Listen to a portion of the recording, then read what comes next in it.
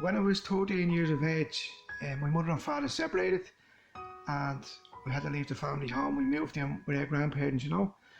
And for me personally, that was very traumatic. We had to move to a new school. I was left very, very wounded, you know, very insecure. I would have left school at 15 years of age. I really had no interest in education. I got involved in antisocial behaviour. I started drinking, smoking cannabis, and then that escalated then to being a drug abuser.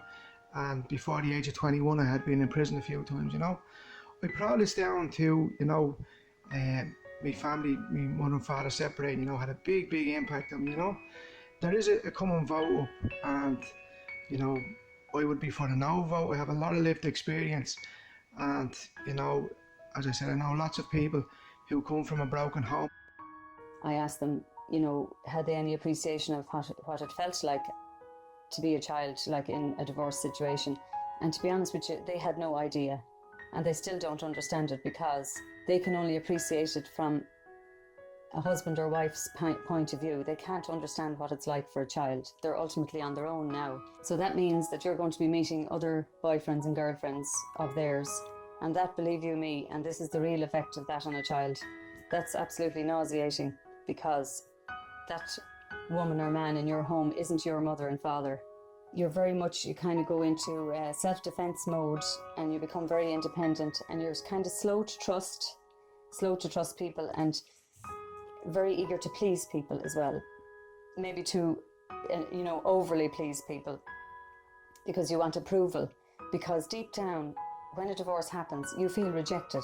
So whoever you're left with, it's almost like you feel rejected by the other parent because they didn't come and get you. It's a terrible sadness that travels with you. It's always there.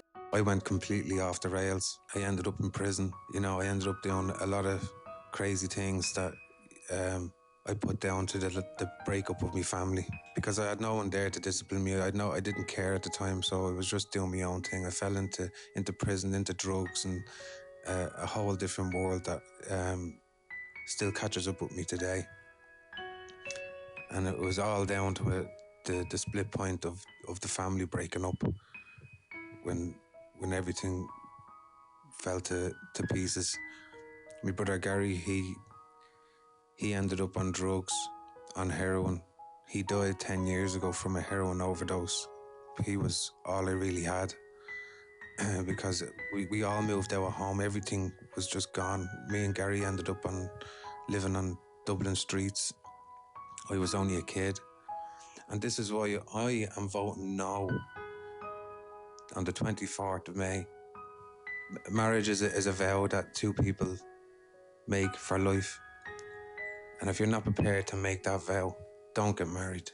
This marriage referendum is only to make things simple for people, that they don't have to take their vow serious, but you really do.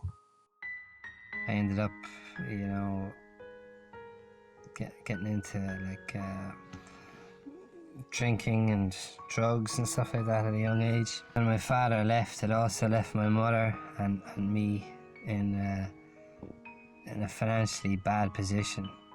And my father was able to move on with his own life, and he went and bought a new house and you know, found a new woman and started a new life for himself. And well, like my mother, who had given her whole life to raise me, who sacrificed her life and career to bring me up, was left in a financially and emotionally bad position.